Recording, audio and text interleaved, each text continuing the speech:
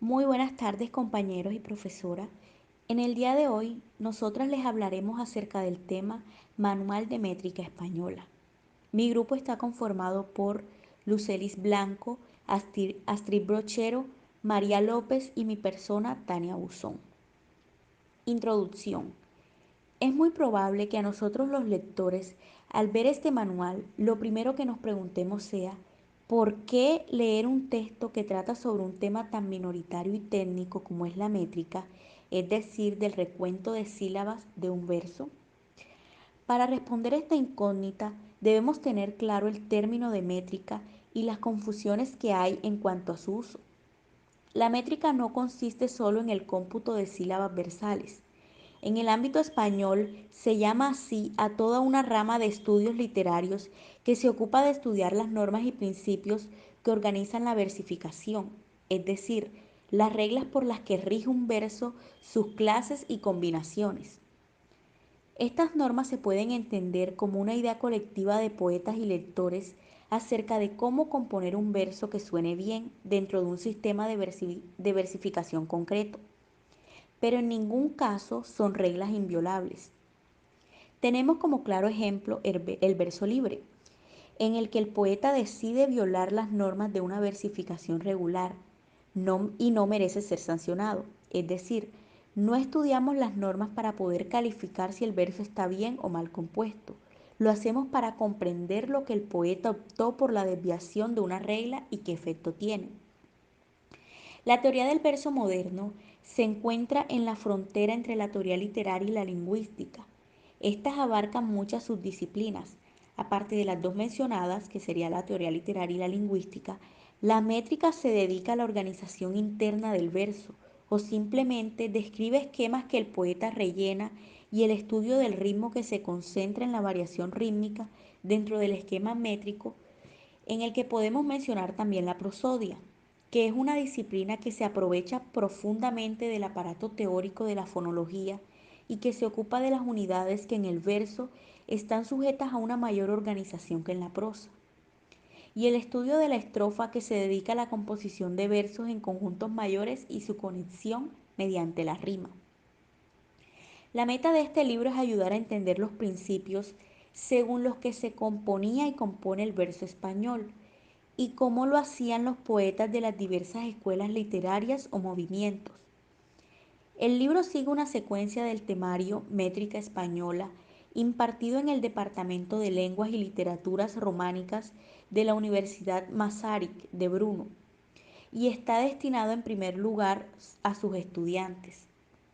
Hablemos ahora un poco de José Domínguez Caparrós, quien es un personaje que aportó muchas cosas a la métrica española.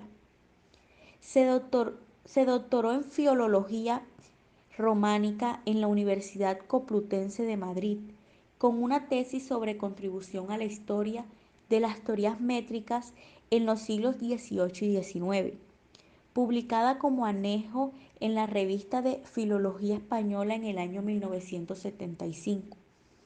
Actualmente es catedrático de Teoría de la Literatura en la Universidad Nacional de Educación a Distancia en Madrid. Las líneas de su actividad investigadora son la métrica española y la relación entre métrica y poética, la teoría y la práctica de la estilística y la teoría general con atención especial a problemas de pragmática y de interpretación literaria. Como muestra de su dedicación a la métrica, disciplina que es un reconocido especialista, puede citar de los siguientes títulos de libros: Métrica y Poética en el año 1988. Contribución a la bibliografía de los últimos 30 años sobre metiste española, en 1988 también. Diccionario de Métrica Española en el año 1999. Estudios de Métrica en el año 1999 igualmente. Métrica de Cervantes en el año 2002. Y por último, Elementos de Métrica Española en el año 2005, claro, y olvidaba uno, que es el Métrica Española en el año 2014, que es el que en este caso estamos analizando nosotros. Ahora hablemos acerca del verso y prosa, verso y poema, verso y música. La palabra verso proviene del latín, donde verso significa vuelta. El término prosa proviene de prorsus y tiene valor del habla que desarrolla sin interrupciones. Creemos que cada individuo alfabetizado sabe que en el primer ejemplo está escrito en prosa y el segundo en versos. Aquí lo podemos notar en la diapositiva. En el primer ejemplo citado del libro El Quijote de Miguel de Cervantes dice: las claras fuentes y corrientes ríos, en magnífica abundancia, sabrosas y transparentes, les ofrecían. En el segundo ejemplo citado del poema del mismo autor y que se llama Del mismo al mismo, sin flores, sin praderías y sin los faunos silvanos, sin ninfas, sin dioses vanos, sin hierbas, sin aguas frías y sin apacibles llanos. Ahora vamos a transformar experimentalmente una parte del primer ejemplo en versos, que como dijimos estaba en prosa, ahora lo vamos a pasar a versos. La clara de fuentes y corrientes ríos en magnífica abundancia, sabrosas y transparentes aguas les ofrecían. El lector accidental que no sabe que los versos no son nada más que el texto de Cervantes dividido en renglones, podría dejarse engañar por la ilusión de que se trata de un poema verdadero compuesto en verso libre. Otro ejemplo de la obra teatral La vida es un sueño de Calderón de la Barca, que dice: válgame el cielo, ¿qué escucho? Aún no sé determinarme si tales sucesos son ilusiones o verdades. Si no supiéramos que el ejemplo está sacado de una obra escrita en versos, podríamos aceptar que la siguiente transformación es un texto originalmente escrito en prosa. Es decir, la distribución tipográfica del texto es un criterio bastante convincente para diferenciar entre prosa y verso, pero no vale al 100%. El verso y la prosa son además categorías históricas y culturales, por eso pueden modificar en distintos momentos y lugares. El verso está sujeto a la segmentación rítmica, mientras que la prosa a la segmentación lógico-sintáctica. El verso no implica un poema. Normalmente el poema es un texto escrito en versos o bien regulares o bien libres, pero no necesariamente es así, ya que podemos encontrarnos con muchos ejemplos de poemas en prosa o poética. Ejemplo: según el poema La poesía de Luis Cernuda, que dice: en ocasiones raramente solía encenderse el salón al atardecer y el sonido del piano llenaba la casa, acogiéndome cuando yo llegaba al pie de la escalera de mármol hueca y resonante, mientras el resplandor vago de la luz que se deslizaba allá arriba en la galería me aparecía como un cuerpo impalpable, cálido y dorado, cuya alma fuese música. Por último, cabe resaltar que el verso tiene diferentes fines, los cuales son: primero, hay poemas destinados solo a la lectura. Segundo, hay poemas destinados a recitación. Y tercero, hay versos destinados al canto, versos cantables. Ahora hablemos de la acentuación de las palabras españolas. El acento es un frasco fonológico distintivo en español. Esto quiere decir que es capaz de distinguir entre significados. Ejemplo, tenemos tres palabras, aquí las podemos observar: cómputo, computo y computó. Cada una dispone de su propio significado, aunque la única diferencia entre ellas consiste precisamente en la posición del acento.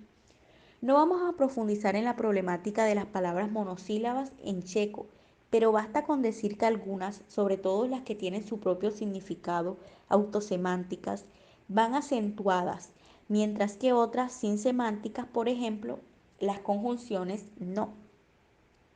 Las palabras que en español siempre llevan una sílaba acentuada son: el sustantivo, el campo, el coche; el adjetivo, blanco, triste; el pronombre, tónico, tú, él y nosotros; para mí, para ti. Los numerales: dos, sin casas, primero, sin embargo, es un compuesto numeral. El primer elemento no se acentúa. Por ejemplo, 2046. El verbo corre, cantar; el adverbio mal, mucho; los adverbios relativos interrogativos como dónde, quién.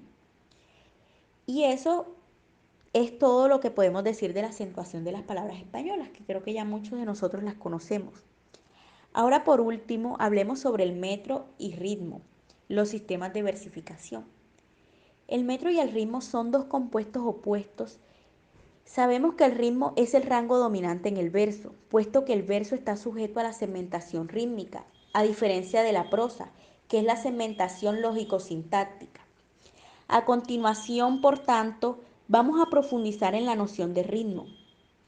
El hombre se dio cuenta del ritmo ya en épocas muy remotas, observando la naturaleza. Fueron experiencias repetidas en el fondo de la continuidad temporal. Muchos procesos biológicos tienen ritmo.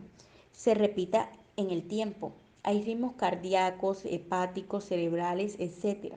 Pero vamos a limitarnos solo al ritmo poético, que sí va en el de la lengua, invento del hombre. Es uno de los primeros culturales que, según el autor Benedetto Croce, dice: el universo se caracteriza por la ritmización de los fenómenos y el poeta al crear siente el ritmo del universo y lo hace entrar en la configuración poética. La repetición, pues, es la esencia del ritmo y del verso. Este verso, esa sencillez pura, es unidad rítmica porque se repite y forma series. Por ejemplo, las unidades pueden ser semejantes y también pueden ser desemejantes. Aquí tenemos otro ejemplo de un poema que dice: iba la noche empezando, el día iba oscureciendo, cuando en un árbol robusto, medio destronado y seco, graznó un cuervo enorme echado en unos grietosos huecos, sus ojos fosforescientes, su corvo pico entreabierto. Este poema es un fragmento de un romance que consta de versos octosílabos, es decir, de 8 sílabas. El impulso métrico, que funciona de manera progresiva, nos dice en el primer verso que es probable que el segundo tenga la misma medida. Efectivamente es así, y los demás versos siguen también con sus 8 sílabas. En cada verso hay unas asonancias, que es un tipo de rima que consiste en repetir solo las vocales. En nuestro caso son E y O.